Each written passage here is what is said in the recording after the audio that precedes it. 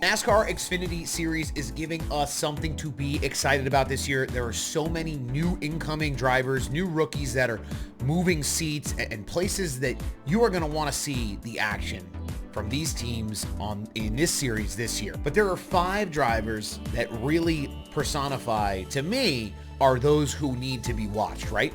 So we're starting off a quick list here. Connor Zilisch at the tippity top, for good reason. He won his Xfinity Series debut last year at Watkins Glen. He had exceptional talent, shows exceptional strategy. Maybe you shouldn't follow guys off track where he did, but came back. It didn't bite him. It was okay. Had exceptional success in the ARCA Menard Series. 5 wins in his first 7 ARCA Menard Series starts, and just building that reputation even further. He's a winner at the Rolex 24 Hours. He's a kid, and he's racing in multiple disciplines. He's done karting. He's obviously exceptional at road courses, learning at the ovals and becoming a better driver on ovals as well. Connor Zilisch is going to run for Junior Motorsports next year in that 88. And he's somebody that is your driver's new favorite driver. Also racing out of the Junior Motorsports camp in the 2025 season is Carson Kvapil, a short track kind of young gun phenom. He has experience in the NASCAR Advanced Auto Parts Weekly Series. He was their national champion. He clinched that title in 2023, just being able to dominate on those short tracks. He's since moved into the Cars Tour, which is where he's first developed the relationship with Dale Jr., and now is down the road here in the Xfinity Series in 2025. But in the Cars Tour, he was a standout driver. He earned multiple victories, just continuing to solidify that short track reputation that he has, and that obviously built that relationship with Junior, getting that leadership that he needs to develop as a young driver and really put on in 2025. I got to see him run at Dover in the race earlier in 2024, and just drove the wheels off of it.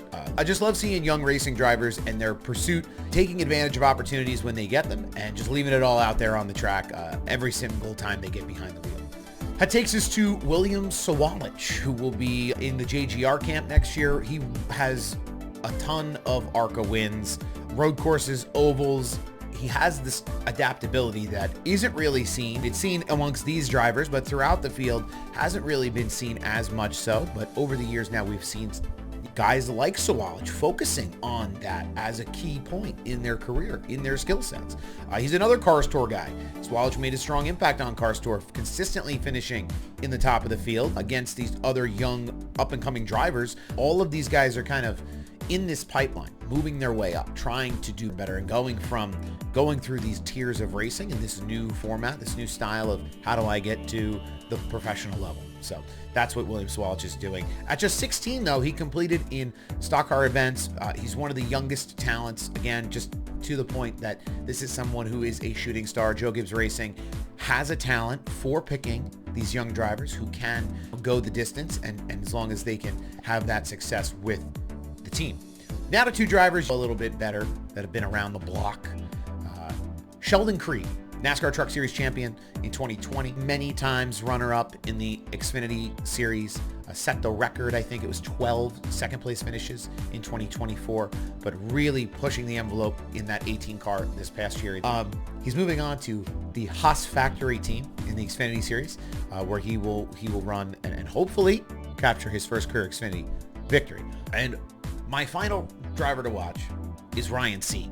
He's a consistent Xfinity performer. I love Ryan Sieg because he comes from this family-owned team. It's him and his brothers and his family, his parents, whomever.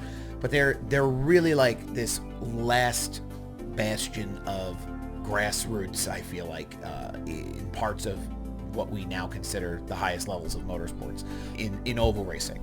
So he had a strong 2024 season, showed a lot of resilience. He could have done things a little differently. He was very close to a win or 2 at times, but just chose to race his way, knows the win is coming for him in 2025, hopefully in the future.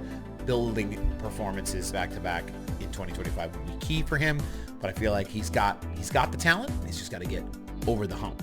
Who do you think will be the standout driver in 2025 in the NASCAR Xfinity Series? Let us know in the comments. Don't forget to stay in the loop with all things motorsports media at Above the Yellow Line on social media and on YouTube.